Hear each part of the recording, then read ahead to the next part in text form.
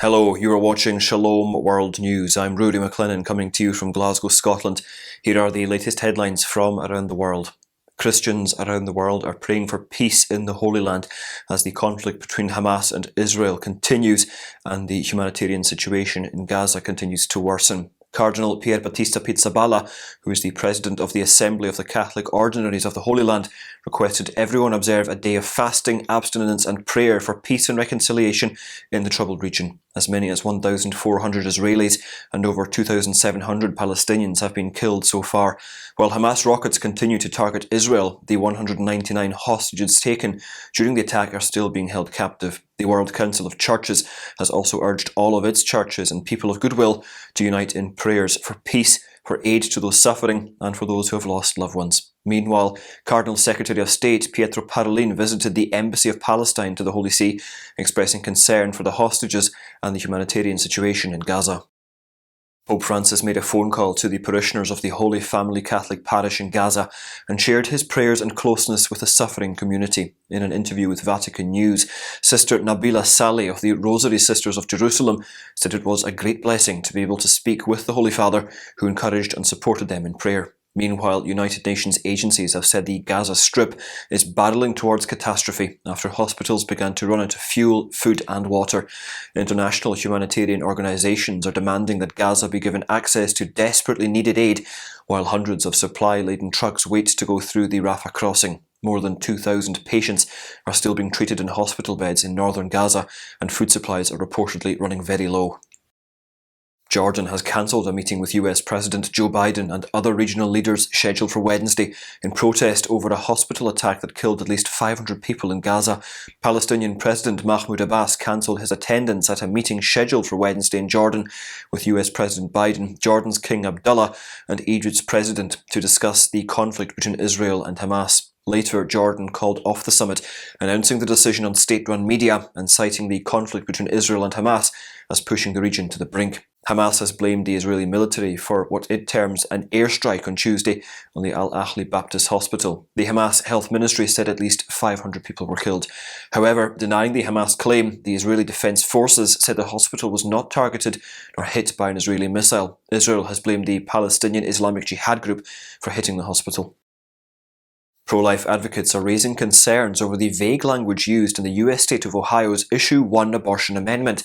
They say that the language in the proposal would take away parental consent and lead to late-term abortions in the state. Since the 11th of October, people in Ohio have been voting on whether to accept a constitutional proposal, granting the state the ability to legalize abortion. This vote closes on the 7th of November. By voting yes on Issue 1, the state constitution would be amended to include an affirmative right to abortion, and the government would not be able to interfere. Meanwhile, by voting no on Issue 1, Ohio's abortion laws would remain the same and be up to the discretion of the legislature and the courts. However, pro-lifers say Ohio's Heartbeat Act, which will ban abortion after 6 weeks of pregnancy, will not exist if Issue 1 passes, leading to late-term abortions. Pope Francis met with Bahrain's King Hamad bin Isa bin Salman Al Khalifa at the Apostolic Palace in the Vatican. They discussed the latest global developments, including the war between Israel and Hamas. During the customary gift-exchanging ceremony, the Holy Father presented the King with medals of his pontificate, a bronze olive branch, his message for this year's International Day of Peace, and his document on human fraternity. The King presented the pontiff with a crystal bowl holding a watch with perfumes, a photo album about Pope Francis's visit to Bahrain, and a book about Bahrain's Cathedral of Our Lady of the Arabs. He also met with President Sergio Mattarella and Italian Prime Minister Giorgia Meloni in Rome. The monarch's visit comes nearly a year after the Holy Father visited Bahrain in November 2022. Florida's Republican Attorney General is calling on the state's highest court to trash a proposed constitutional amendment that would expand abortion if passed by voters in 2024. Ashley Moody asked the Florida Supreme Court on the 9th of October for a written ruling on the legality of the petition titled Amendment to Limit Government Interference with Abortion. According to Moody's filing, the proposal does not satisfy the legal requirements for ballot placement. Those requirements include ensuring the proposal's wording is clear and limited to a single subject. If approved by 60% of voters, the proposed text would include a right to an abortion before the moment of viability in the state constitution. 8 priests detained by Daniel Ortegas Administration in Nicaragua have been moved to El Chipote prison, known for notorious torture facilities for political detainees. Various independent media outlets in the country confirmed the transfer of the priests through contacts with the Bishops' Conference of Nicaragua. 6 priests were detained from October the 1st to October the 9th, while 2 others were arrested in May and July of this year. This latest attack comes after the Sandinista government exiled Father Harving Padilla to an unknown place on the 28th of September. There are currently 13 priests in prison in the country, most of whom are from the Diocese of Estel, administered by Rolando Alvarez, a bishop who was wrongfully given a 26-year sentence for refusing to be deported to the United States. The Indian Supreme Court has ruled against approving same-sex unions and sent the issue to the national legislature. The apex court has ruled that marriage is merely a social institution and not a constitutionally protected right.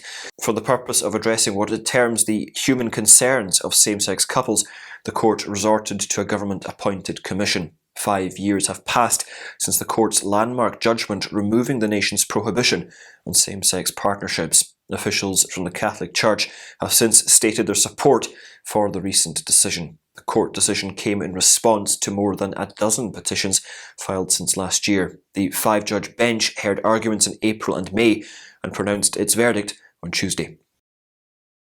A recent survey conducted in England and Wales shows support for assisted suicide falling. The survey was commissioned and funded by the advocacy group Dignity in Dying. They enlisted the services of YouGov to carry out 2 polls in July of this year, one in Scotland and another in England and Wales. Based on a 2019 study conducted by the group, 84% of individuals in England and Wales expressed support for assisted suicide. However, the latest poll indicates a decline in support, with the current figure standing at 78%. In a demonstration of unity, the Anglican Archbishop of Canterbury, Justin Welby, the senior rabbi of Masorti Judaism UK, and a former Assistant Secretary-General of the Muslim Council of Britain have unequivocally denounced the presence of anti-Semitism in the United Kingdom. The leaders are calling on the faith communities of the UK to join forces amid the intensifying conflict in the Middle East and resolutely denounce any and all manifestations of discrimination or rivalry. They're pushing for religious unity in the UK, particularly in light of the ongoing Israel-Hamas conflict.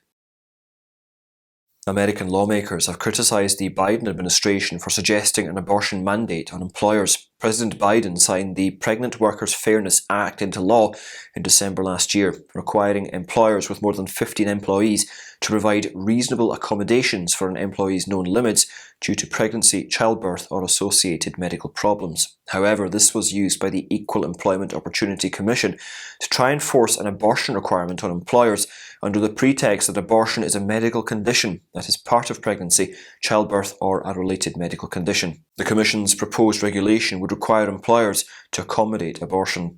The Fairness Act, originally intended to assist female employees in keeping their jobs while promoting their own and their unborn child's health throughout pregnancy, delivery, and after unplanned miscarriage and stillbirth. The National Human Rights Commission has issued notifications to the Manipur administration in India and the state's police superintendent requesting that they detail the steps being taken to restore tranquility in the volatile state. According to their account, the Commission has received action-taken reports from the government of Manipur in response to earlier notifications regarding numerous acts of violence. The Commission asserted that numerous measures had been implemented in response to acts of violence in the state and has sent notifications to the Secretary of the Union Ministry of Home Affairs, the Chief Secretary and the Director General of Police of the Government of Manipur, requesting the submission of ATRs after thoroughly considering various factors. Meanwhile, as reported by authorities, the ATRs were requested on a variety of matters over a 4-week period.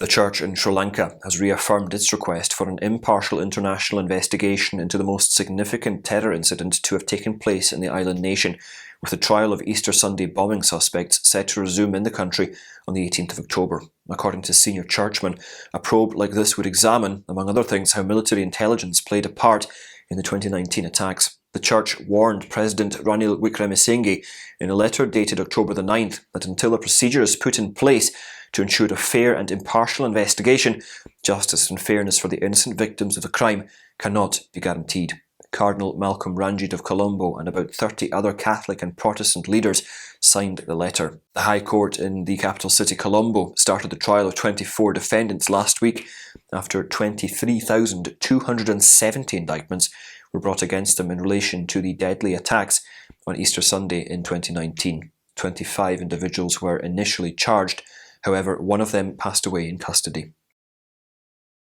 And those are your latest headlines. Do join us again tomorrow for more, and do remember, you can always visit swnews.org for more updates. Shalom.